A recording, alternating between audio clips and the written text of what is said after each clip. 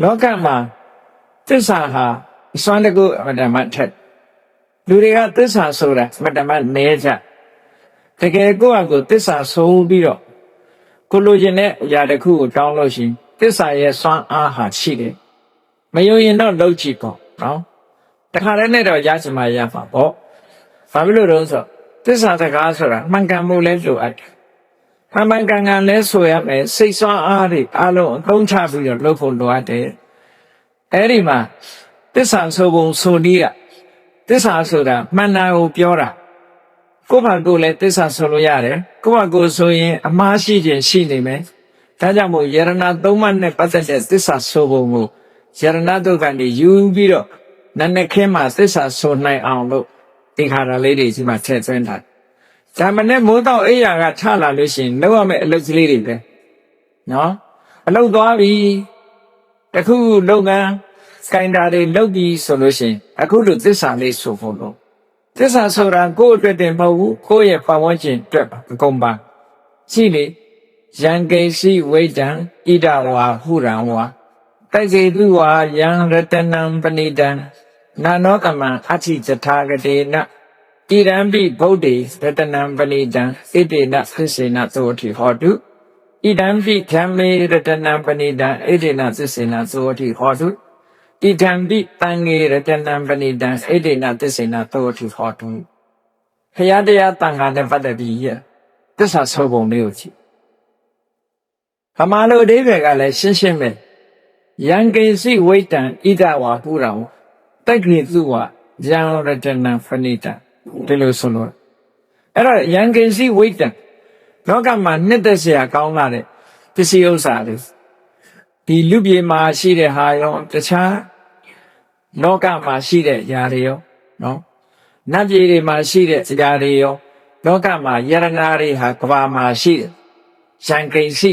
ရှိသမျှယရနာတွေအားလုံးအနှစ်သာရယရနာတွေအားလုံးနန္ဒောသမအဋ္ဌိတထာဂတိနာမြတ်စွာဘုရားဆိုတဲ့ယရနာနဲ့တူတဲ့ယရနာလောကမှာဖြစ်ပါဘူးလူတွေပိုင်ဆိုင်ကြတဲ့စိတ်ပဲဖြစ်ဖြစ်ရွှေပဲဖြစ်ဖြစ်ငွေပဲဖြစ်ဖြစ်နော်ကြောက်တံပရမများတွေပဲဖြစ်ဖြစ်အဲ့ဒီယရနာတွေကြောင့်များစွာရှိကဘာမှာရှိတဲ့ဒီယရနာတွေရဲ့တန်ဖိုးဟာမြတ်စွာဘုရားတည်းဟူသောယရနာကိုမမှီပါဘူးလို့ဒီလိုဆိုလိုတာအဲ့ဒါဟာမှန်ကန်သောစကားတစ်ခုဖြစ်တယ်နာနောသမအဋ္ဌိတထာဂတိနာဣဒံပိဗုဒ္ဓေရတနံလောကမှာရှိတဲ့ယရနာတွေတဲ့ပို့ပြီးတော့ထူးမြတ်တဲ့ယရနာနှစ်သက်เสียကောင်းတဲ့သီလသမာဓိပညာဆိုတဲ့ဒီထူးခြားတဲ့စံမိုးရှိလာတဲ့တရားတွေမြတ်စွာဘုရားတဏ္ဍာမှာရှိတယ်တရားမှာရှိတယ်သံဃာမှာရှိတယ်အဲ့ဒီမှန်သောစကားကိုဆိုရတော့ကြောင့်သတ္တဝါတွေချမ်းသာကြပါစေနော်ဒါမေတ္သစ္စာဆိုပြီးတော့မေတ္တာကွာတဲ့နည်းပဲအဲ့တော့နည်းနည်းမိုးတော့လေးရောက်တဲ့အခါကျတော့ကိုယ့်အတွက်တမကဘူးအများသတ္တဝါတွေအတွက်ပါသစ္စာဆိုပြီးတော့မေတ္တာပွားတာအလွန်ကောင်းတဲ့အလုပ်တစ်ခုပဲပေါ့နော်အဲ့တော့အလွန်ကောင်းတဲ့တစ်ခုကမှန်မှန်ကန်ကန်လုပ်သွားမယ်ဆိုလို့ရှိရင်ကောင်းကျိုးချမ်းသာတွေရတာဒါနဲ့ပိုင်းမှာဒီလိုလုပ်ဖို့အတွက်ရှေးဆရာတော်ကြီးတွေကထို့ပါဠိတော်တွေကနေထုတ်လုပ်ပြီးတော့ဒီလိုရေးသားခဲ့ကြတာဖြစ်တယ်ဟောဒါကြောင့်မလို့ဒီစဉ်နဲ့အပြကောင်းကျိုးချမ်းသာတွေကိုလိုချင်တယ်တဏိတာဖြတ်တန်းတဲ့အခါမှာနာနေပိုင်းမှာကောင်းကျိုးချမ်းသာတွေရကြတယ်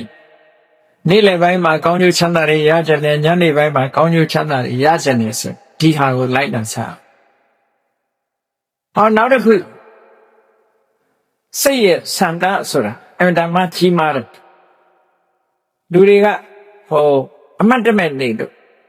ဆန္ဒဆိုတာကြီးမားတယ်ဆိုတာလူတွေကမသိဘူးကြည့်လေတရားနာခြင်းနဲ့ဆန္ဒရှိတော့ဒီထိရောက်လာနော်နာခြင်းနဲ့ဆန္ဒမရှိဘူးဆိုရောက်ပါမလားရောက်ဘူးအဲ့ဒါဆန္ဒကပို့တယ်လို့ခေါ်နော်ဆန္ဒမရှိတဲ့လူကအိမ်မှာပဲနေမယ်လေဆန္ဒရှိတော့လူဟာဘလောက်ဝေးတရားဝဲဆိုရောက်လာဘာလို့လဲဆန္ဒရဲ့ဆွမ်းဆောင်မှုလို့ခေါ်အဲ့တော့ဆန္ဒရဲ့ကြီးမားမှုဟာအစွမ်းဆောင်နိုင်မှုကဘလောက်ကြီးဒီအရာသာကြီးတာမဟုတ်ဘူးတခြားကိစ္စတွေလည်းပဲဆန္ဒဆိုတာကြီးအဲ့ဒါကြောင့်မလို့ဆန္ဒကို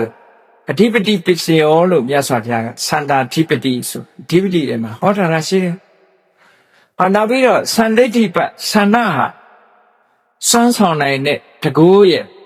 တကူကြီးစီအောင်မြင်မှုရဲ့အကြောင်းတရားလို့ဒီလိုခေါ်ထားတာရှိတယ်။အဲ့ဒါကြောင့်မို့လို့စိတ်ဆန္ဒဆိုတာအလွန်ကြီးမားတယ်ဒီတစ်ခုတင်ကြီးမားတာမဟုတ်ဘူးစိတ်ဆန္ဒရှိပြီဆိုလို့ရှိရင်ကိုလို့ချင်တာတွေကဖြစ်လာတတ်တယ်ပေါ့။ဒါကြောင့်မို့လို့ဆန္ဒပြုတဲ့အနေနဲ့မလုပ်ရမလဲလို့ခါထားလေးသမုတ်ဖို့ထားပြထားဘဝတုသဗ္ဗမင်္ဂလံရခန္တုသဗ္ဗသေဝတာသဗ္ဗဗုဒ္ဓံနုဘဝေနသရတုခိဘွန်တုတေကြည့်ဆန္ဒပြုတာကိုယ့်ပုဂ္ဂိုလ်နည်းနည်းမိုးတော့အလင်းရောက်လို့အိယာကချလိုက်ရင်ဆန္ဒပြုလိုက်ဘယ်လိုဆန္ဒပြုမှာဘဝတုသဗ္ဗမင်္ဂလမင်္ဂလာအပေါင်းနဲ့ခံရောင်းပြည့်စုံပါစေကောင်းမြတ်တဲ့မင်္ဂလာတွေကျွန်တော်တဏ္ဍာမှာဖြစ်ပါစေအများတ attva တွေမှာလည်းပဲဖြစ်ပါစေဘလောက်ကောင်းတဲ့ဆန္ဒနော်သူများကိုနှိပ်စက်ဖို့ပါလားဒီထဲမှာအလုံးမမြတ်တဲ့စိတ်ဆက်လည်းခေါ်တယ်နော်မင်္ဂလာနဲ့ပြည့်စုံပါစေရခန္တုသဗ္ဗဒေဝတာနတ်တွေကအလုံးကိုဆောင်းလျှောက်ပါစေဒါလည်းကောင်းတဲ့ဆန္ဒပဲသူစောင့်တာမစောင့်တာကိုယ်တည်းမဆိုင်ဘူးကိုကစောင့်ပါစေလို့ဒီလိုပြောတာဟုတ်ကဲ့ဒါကိုပြောမယ်ဆိုရင်နတ်အားကိုးတာလားလို့ဆိုမဟုတ်ဘူးနတ်အားကိုးလို့ပြောတာမဟုတ်ဘူးနတ်တွေကလည်းလောကကိုစောင့်ရှောက်တာတွေရှိတယ်ပေါ့အဲ့ဒါလို့စောင့်ရှောက်တာတွေရှိလို့နတ်တွေကအမှတ်တမဲ့မနေပဲနဲ့စောင့်ရှောက်ကြပါစို့နတ်ကသာစောင့်ရှောက်တာလားဆိုတော့လူချင်းရောမစောင့်ရှောက်ဘူးလားစောင့်ရှောက်တယ်လေအိမ်သားမှာလူတွေမှားသွားတာအိမ်ကိုကြည့်လိုက်စမ်းပါကြည့်မပေးဘူးလားဆိုင်လေးကြည့်လိုက်စမ်းပါဆိုဒါစောင့်ရှောက်ပေးတယ်လို့ခေါ်တာပဲအကြောင်းကိစ္စရှိလို့ရှင်တရင်ပို့ပေးတယ်ဟောဒါစောင့်ရှောက်တယ်လို့ခေါ်တာပဲအဲ့တော့လူချင်းလည်းမေတ္တာရှိရင်စောင့်မေတ္တာမရှိရင်ဒီတိုင်းကြည့်နေမှာပဲဟောနတ်တွေကိုလည်းပဲကိုကမေတ္တာရှိအောင်မေတ္တာပွားပြီးတော့ထားရင်နတ်တွေရဲ့စောင့်ရှောက်မှုရောမခံရဘူးလားဒါကလောကရဲ့သဘာဝပဲနော်ကိုနဲ့ခင်မင်နဲ့မေတ္တာရှိတဲ့ပုဂ္ဂိုလ်ဆိုလို့ရှိရင်ကိုယ်ကိစ္စကိုလာလုပ်ပြမှာပဲအဲ့တော့နတ်တွေကလည်းကိုကမေတ္တာပို့တယ်အမျှဝေတယ်ဆိုတော့သူကလည်းကိုယ့်ဘောမှာခင်မင်ရတယ်ခင်မင်တော့စောင့်ရှောက်ပါလေဆိုတော့လူတွေမသိလိုက်တဲ့ကိစ္စကိုနတ်ကနေစိတ်နဲ့စောင့်ရှောက်ပေးတယ်ပေါ့ဒါမျိုးကိုဆိုလိုတာနော်ကြည့်ပါလားဒီပကံရာဇဝင်ကိုကြည့်မယ်ဆိုလို့ရှိရင်ကျန်စစ်မင်းကျန်စစ်သားဟာအနောယထာကနေပြီးတော့ဖမ်းဆီးမလို့လိုက်တဲ့အခါသူပြေးတဲ့အခါမှာရစ်ထဲမှာဖြတ်ပြီးတော့ကူးတဲ့အခါကျတန်ငါလေတစည်းကနေပြီးတော့ဟိုဘက်ကန်းကိုပို့ဖေးဟာအဲ့ဒါကနတ်ကကူညီတာ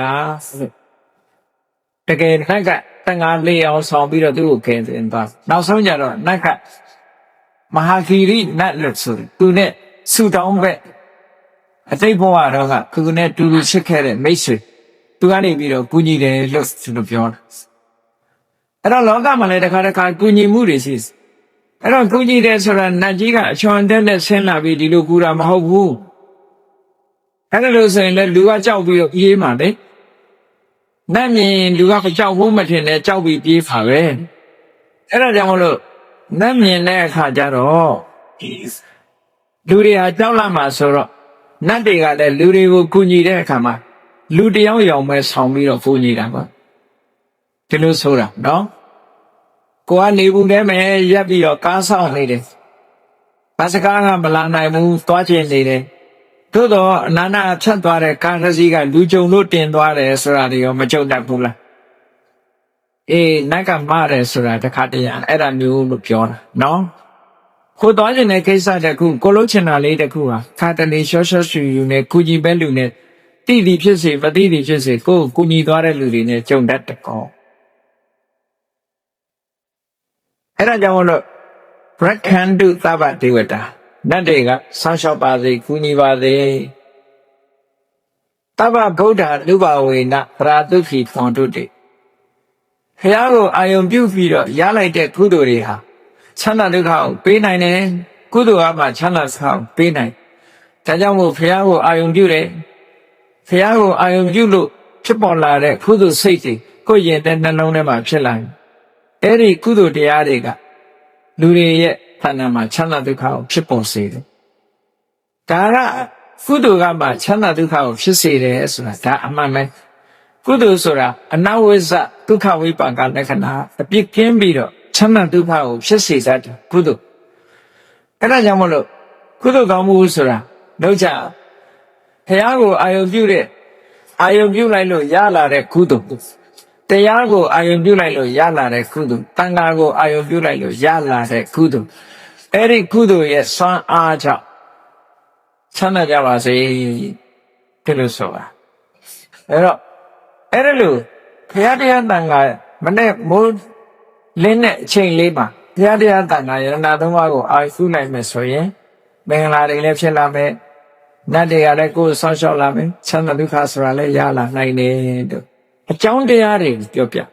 မလို့ရင်တော့မရဘူးပေါ့နော်ကိုယ်တဏ္ဍာမှာကောင်းကျိုးချမ်းသာကိုလိုချင်ရင်ကောင်းကျိုးချမ်းသာရခြင်းရဲ့အကြောင်းကိုတော့ဒါကတော့သဘာဝပဲလေ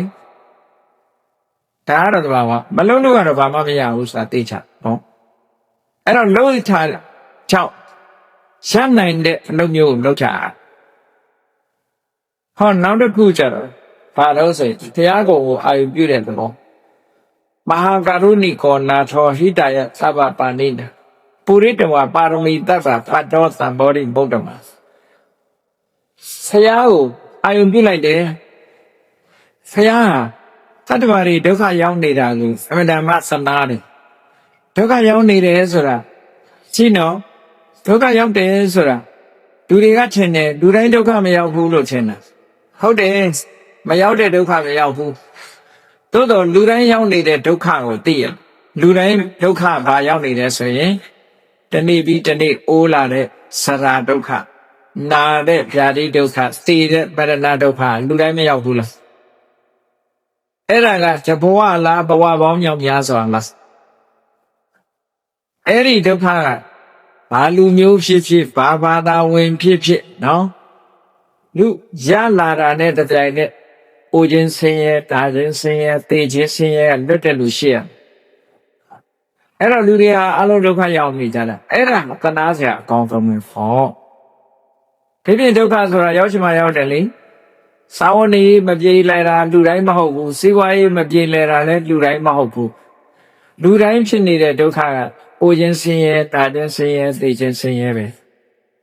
အဲ့ဒါကနေရှောင်လွဲလို့မရဘူး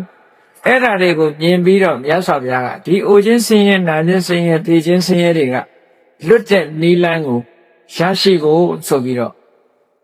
အမတန်မှကရုဏာကြီးမားတဲ့မြတ်စွာဘုရားဟာပါရမီတွေကိုဖြည့်ကျင့်ပြီးတော့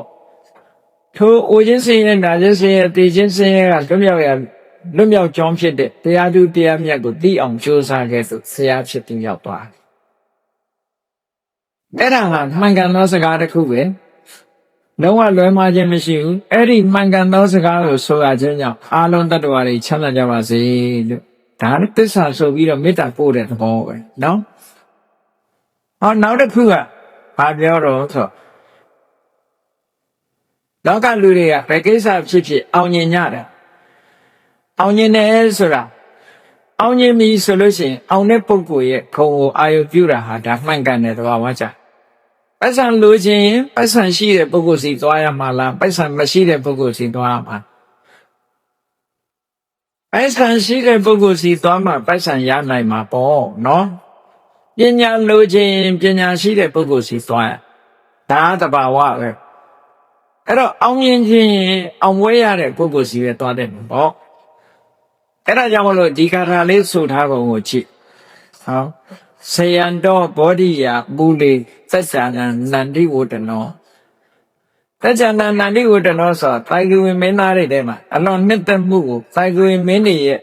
တာဂိဝင်လူမျိုးတွေရဲ့နှစ်သက်မှုကိုတိုးပွားစေတတ်တယ်နော်မြတ်စွာဘုရားသခင်ကိုရောမြတ်ဆယံတော်ဘောဓိယာမူလေဘောဓိပင်ရင်းမှာဗန္နရဲ့ရံကိုအောင်ခဲ့တယ်တာဂိဝင်မင်းတွေရဲ့နှစ်သက်မြတ်နိုးမှုကိုကြီးပွားစေတတ်တဲ့တိုးတက်စေတဲ့ဆရာလောင်းဟာဘောဓိပင်ရင်းမှာအောင်ပွဲကြီးရခဲ့တယ်ဒါဟုတ်တယ်မှန်တယ်နော်လုံးဝအရှုံးမရှိတဲ့အောင်ပွဲကြီးကိုရတယ်ဧဝမေဝဇေယောဟောတုတဲ့အဲ့ဒီလိုအောင်မြင်မှုကျွန်တော်မှဖြစ်ပါစေဒါနဲ့ wish ဆိုဆန္ဒကိုပြောဆန္ဒရှိရင်တကယ်ဆန္ဒကြီးလို့ရှိရင်ဖြစ်လာတာပဲပေါ့နော်အဲ့ဒါမျိုး ကိုယ်တန်တမှာဖြစ်ပါစေဧဝမေဝဇေယောဟောတုဇေယတုဇေယမင်္ဂလေးအောင်မြင်မှုရအောင်မင်္ဂလာတွေမှာအောင်မြင်မှုကိုကျွန်တော်ရချင်ပါတယ်ရပါရစေပါလို့ဆိုတဲ့ဆန္ဒပြုတဲ့အခါကျ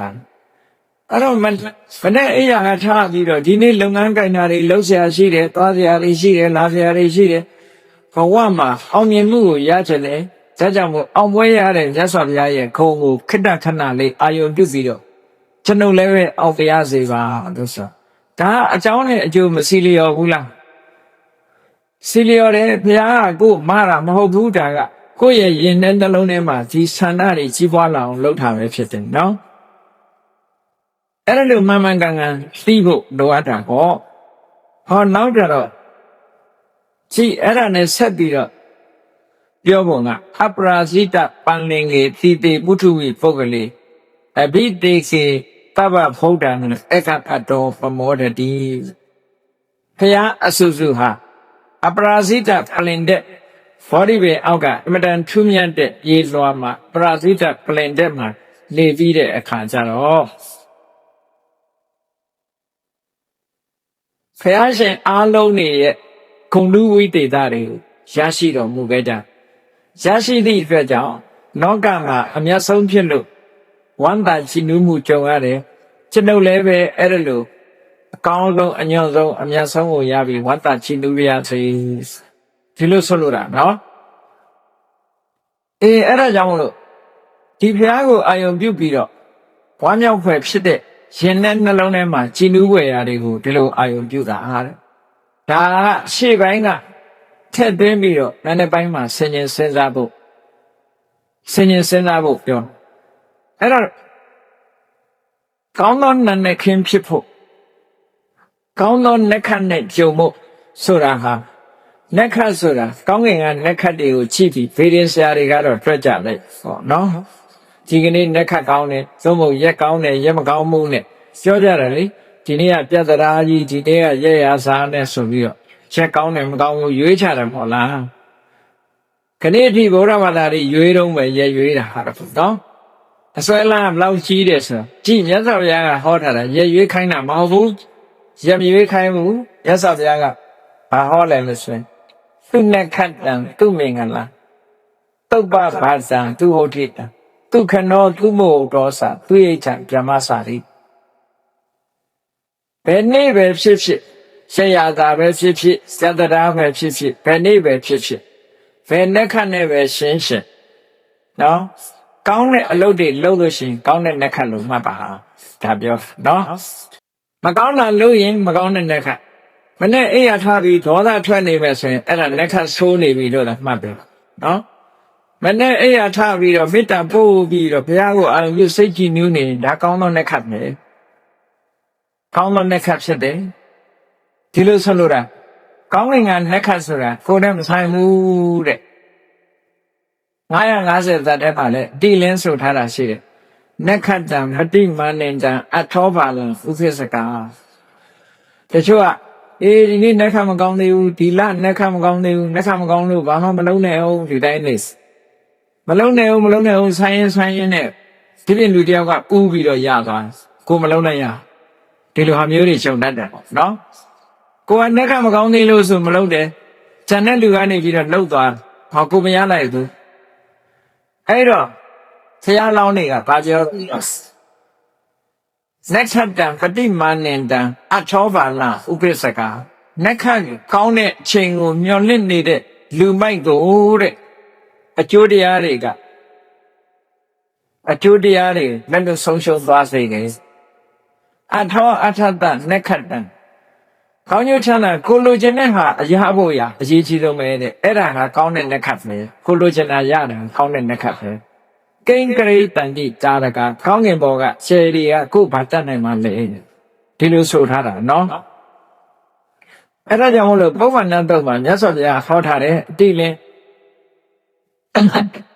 နတ်နဲ့ခင်းမှာတဲ့အပြစ်ကင်းတဲ့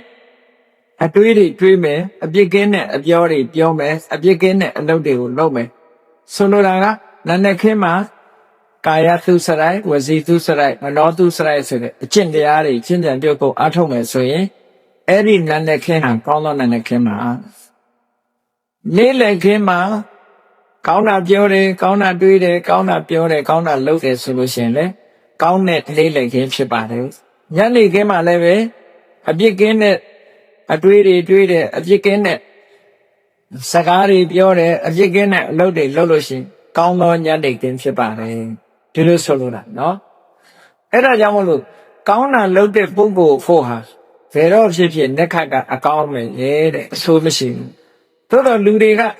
အကောင်းအဆိုးဆိုတာနှက်ခတ်ကိုပဲသွားရှာတယ်ဖို့ရင်တဲ့ဟာကိုတော့မေ့တယ်စဉ်းစားကြည့်ကိုယ့်အကိုယ်ကိုယ်တဏ္ဍာမှာဖြစ်နေတဲ့လောဘတွေဒေါသတွေမာမနတွေအိတ်တာတွေကိုတော့အကောင်းထင်နေကြတာနော်အဆိုးကအဲ့ဒါအပင်ငရဲချတာသူတို့ကချတာနော်ဘယ်သူကမှကိုယ်လန်ဆွဲမခေါ်ဘူးဆွဲခေါ်သွားတာကကိုယ်ရင်ထဲဖြစ်တဲ့လောဘဒေါသတွေဆွဲခေါ်သွားတာလေကဲကြည့်လောကမှာလူဆိုးဖြစ်တယ်ဒီကြာသောမှုကိုကျူးလွန်နေဆိုတဲ့သူတွေဟာဘယ်သူကသူ့ကိုကျူးလွန်ခိုင်းတာတော့သူ့စိတ်ကပဲကျူးလွန်တာဟုတ်လားသူ့တဏ္ဍာမှာဖြစ်တဲ့အကုသိုလ်တရားတွေကဒီအလုပ်တွေကိုလှုပ်စေခံရတော့ဘယ်သူခံရလဲသူပဲခံရတာပဲလေအဲ့ဒါကြောင့်မို့လို့ကိုယ်ရင်ထဲမှာဖြစ်တဲ့အရာတွေဟာကိုယ်စိတ်ထဲမှာဖြစ်တဲ့မကောင်းတဲ့ဝေါ်ဓာတ်တွေခွန်တမကြောက်ဆရာဆောင်အပင်ငရဲဆိုတာဒီမဲ့ကလာမချဘူးကိုကချနော်ကိုယ်ရင်ထဲမှာဖြစ်တဲ့လောဘဒေါသမောဟဆိုတဲ့ဒီတရားတွေကအပင်ကိုချတာဘယ်လိုလုပ်အပင်ချတော့ဆိုကိုယ်စိတ်ထဲမှာဖြစ်ရင်ကိုယ်ပဲခံမှာလေဒီနေရာမှာကြည့်နဲ့ကိုယ်ရုပ်ခန္ဓာကိုယ်ကြီးမှာဖြစ်တဲ့ယောဂဝေဒနာဘယ်သူခံရတာတော့ဟုတ်တယ်လေဆေးရုံသွားစမ်းလိုက်လို့ HIV positive ဆိုရင်ဘယ်သူခံရမှာတော့စီဘိုဘီဘို positive ဆိုလဲကိုယ်ပဲခံရမှာပဲဟုတ်တယ်မလားကိုယ်ထဲမှာဖြစ်တာအဲ့ဒါကြတော့လူတွေကကြောက်တယ်လေအဲ့ဒါလူတွေကြောက်တယ်ပြီးတဲ့ကြောက်စရာကောင်းတာဘာလို့ဆိုရင်ကိုယ့်ရဲ့စိတ်အစဉ်ထဲမှာ mental process တွေမှာဖြစ်နေတဲ့ positive တွေကပိုကြောက်စရာကောင်းတယ်စိတ်ထဲမှာဖြစ်နေတဲ့လောဘစိတ်ထဲမှာဖြစ်တဲ့ဒေါသစိတ်ထဲမှာဖြစ်တဲ့မောဟအိတ်တာကြီးမာမနာတွေဇာတွေကပိုကြောက်စရာကောင်းတယ်ဒါတွေကသွားဆန်းလိုက်တဲ့ positive ဖြစ်နေဟုတ်ကဲ့ပဲအပင်ငရဲချတာသူတို့ကချတာ HIV ကလည်းပဲအပင်ငရဲမချဘူးစီပိုးဘီဘိုးကလည်းအပင်ငရဲမချဘူးရုပ်ခန္ဓာမှာဖြစ်တဲ့ယောဂဝေဒနာဆိုတာဒီဘဝတစ်ခါပဲသေမှာဘယ်သူမှနှစ်ခါသေတဲ့လူမရှိဘူးယောဂမရှိတဲ့လူရောမသေဘူးလားသေတာပေါ့သူကတော့အရင်သေခြင်းသေသွားတာတစ်ခါတလေယောဂရှိတဲ့လူကတမြင်းမြင်းနဲ့မသေတဲ့လူကရှိသေးတယ်နော်ယောဂရှိလဲတူတူပဲမရှိလဲတူတူပဲသေမှတူတူပဲသေတာရှိပဲတဘဝမှာတစ်ခါပဲသေချနော်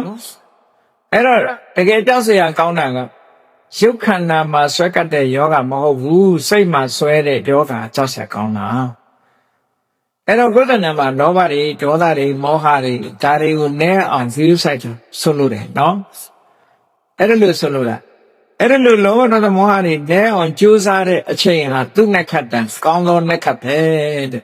ဟုတ်တယ်သူ့မင်္ဂလာရှိဆုံးအချိန်ပဲတဲ့အဲ့ဒီအချိန်နော်စိတ်ဆိုးနေတဲ့အချိန်ဟာမင်္ဂလာမရှိဆုံးအချိန်ပဲလို့ဒီလိုမှတ်တယ်စိတ်မဆိုးဘူးမေတ္တာဘာဝတာပွားနေတယ်တယောက်နဲ့တယောက်တည်မြဲမြဲရှိနေတယ်မိတ်ဆွေပဲပြတ်ဖို့ဆိုရင်ကောင်းမင်္ဂလာရှိတဲ့အချိန်တစ်ခုပဲလို့ဒီလိုမှတ်ဥပ္ပဟာတံခရတရားတန်ခါကိုအာယုံပြုပြီးတော့နိုးလာလို့ရှိရင်ကောင်းသောမိုးတောက်ခြင်းကောင်းသောနနဲ့ခင်းဖြစ်လာတယ်သူ့ဝိထိတအိယာကဒုထလာတဲ့နော်နှုတ်ခမ်းကြီးစူပြီးတော့ဒုထတာမဟုတ်ဘူးအများတ attva တွေချမ်းသာကြပါစေဆိုတဲ့အတွေးလေးနဲ့ဒုထလာရင်ဒါအကောင်းဆုံးအိယာကထားခြင်းပဲဖြစ်တယ်ပေါ့အဲ့ဒါလို့နေ့စဉ်နဲ့မြတ်ကိုယ့်ဘဝမှာအကောင်းဆုံးမိုးတောက်ချိန်ဖြစ်ဖို့နဲ့အကောင်းဆုံးအိယာကထားခြင်းဖြစ်အောင်မကြိုးစားသင့်ဘူးလားကြိုးစားရမှာဒါတွေကိုဖြစ်အောင်ကြိုးစားနော်အဲ့ဒါလို့ကြိုးစားဖို့ဆိုလိုတာဒါတွေကဘာလဲအရေးကြီးတော့ဆိုရိတ်တာသွားပြီးတရားဝင်ဖို့တဲ့အရေးကြီးတယ်နေ့စဉ်လုပ်နေတဲ့အလုပ်တွေကဟုတ်ကဲ့လေကိုယ်အိမ်မှာနေထိုင်ရင်းနဲ့ကောင်းသောမိုးတောက်ဖြစ်ဖို့ကောင်းသောနှက်ခတ်နဲ့ကြုံတဲ့အချိန်ပိုင်းဖြစ်ဖို့ကောင်းတဲ့မင်္ဂလာရှိတဲ့အချိန်ဖြစ်ဖို့ရာကိုယ်တဏ္ဍာမှာကောင်းတဲ့စိတ်ဓာတ်တွေဖြစ်နေအောင်ကြိုးစားရမယ်မေတ္တာပွားနေမယ် မစင်မပြေတဲ့သူတွေကရုဏာထားမယ်အစဉ်ပြေတဲ့သူတွေပေါ်မှာမုဒိတာပွားမယ်ဆိုရင်ဒါအဲ့ဒါမှကောင်းမြတ်တဲ့စိတ်တွေလို့ဒီလိုပြောတာနော်အဲ့ဒါလို့နေလို့ရှိရင်ဒုက္ခနောသူမှုဟုတ်တော်စာမေတ္တာပို့တဲ့အချိန်လေးကုသိုလ်ရတဲ့အချိန်လေးဟာအကောင်းဆုံးအချိန်လေးပဲအကောင်းဆုံးအချိန်ပိုင်းလေးအဲ့ဒါလို့အကောင်းဆုံးအချိန်ပိုင်းလေးတွေကိုယ်တဏ္ဍာမှာအများကြီးဖြစ်လာအောင်လုပ်ဖို့လိုအပ်တယ်ဒီလိုဆိုလိုတာသူရိဋ္ဌံဓမ္မစာရိတုအချင်းစာရိတ္တကောင်းတဲ့ပုဂ္ဂိုလ်တွေကိုပေါ်မှာဒါနကောင်းမှုလုပ်တဲ့အချိန်လေးဟာကိုယ့်အတွက်ကောင်းဆုံးအချိန်လေးပဲဟောဒါကမြတ်စွာဘုရားဟောတဲ့ခါထာကောင်းသောနနခင်ဆိုတဲ့အဓိပ္ပာယ်ရအောင်မြတ်စွာဘုရားဟောတယ်အဲ့တော့အတူချုပ်ပြောလိုက်မယ်ဆိုလို့ရှိရင်လူတွေမှာလှုပ်ရှားမှုနဲ့လှုပ်ရှားမှုလှုပ်ဆောင်မှုကဘယ်နှခုရှိတော့ဆိုရင်စိတ်နဲ့တွေးတာလည်းပဲစိတ်နဲ့လှုပ်တယ်လို့ခေါ်တယ်မနောကံလို့ခေါ်တယ်ကိုနှုတ်ကနေပြောတာကြတော့ဝစီကံလို့ခေါ်တယ်ကိုယ်ဒီလက်ရောက်လှုပ်တာကြတော့ကာယကံလို့ခေါ်တယ်စိတ်ထဲကနေပြီးတော့ဒီတောင်းတတာကိုကြတော့ပဏိတိလို့ခေါ်တယ်အဲ့ဒါတွေဟာကုသိုလ်နဲ့ရှင်ပြီးတော့လုပ်မယ်ဆိုပါတော့ကာယကံအနေနဲ့ကောင်းတဲ့ကာယကံနဲ့ဘယ်လိုလုပ်တုံးဆိုအရာထဲမှာကိုလမ်းလျှောက်သွားတာပဲဖြစ်စေ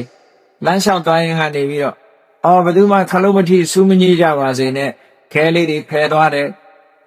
စူးလေးတွေဖယ်သွားတယ်နှုတ်တာနှုတ်ပုံပြောတာအသေးစိတ်ကစပြီးတော့နော်ကာယကမေတ္တာတွေထားတယ်နှုတ်ကလည်းဝစီကမေတ္တာတွေထားတယ်စိတ်ကလည်းပဲမနောကမေတ္တာတွေပွားတယ်ကုသိုလ်တွေနဲ့ကာယကဝစီကမနောကကုသိုလ်တွေဖြစ်နေလို့ရှင်အဲ့ဒီကုသိုလ်တွေဟာကိုယ့်အတွက်ကြီးပွားကြောင်းအမှုတွေကြီးတယ်။ဒါကြောင့်မို့လို့ပဋက္ခိဏံကာယကမ္မကုသိုလ်နဲ့လုပ်တဲ့ကာယကံတွေမှန်သမျှဟာပဋက္ခိဏတိုးတက်ဖို့ကိုကြီးပွားဖို့တိုးတက်ဖို့ပဲဖြစ်တယ်။ကောင်းကြီးပွားတယ်တိုးတက်တယ်ဆိုတာဒီနှိမ့်ကြတဲ့အနေအထားတစ်ခုကနေပြီးတော့အစစ်မြင့်လာတဲ့သဘောကိုပြောတာနော်။အစစ်မြင့်လာတဲ့သဘောကိုပြောပဋက္ခိဏံကာယကမ္မဝါစာခံပံပဋက္ခိဏကိုပြောတဲ့စကားကလည်းအပြစ်ကင်းတဲ့စကားဆိုလို့ရှိရင်ပဋက္ခိဏရှိပွားတိုးတက်မှုဖြစ်လာတယ်ပဋက္ခိဏမနောကံမှာ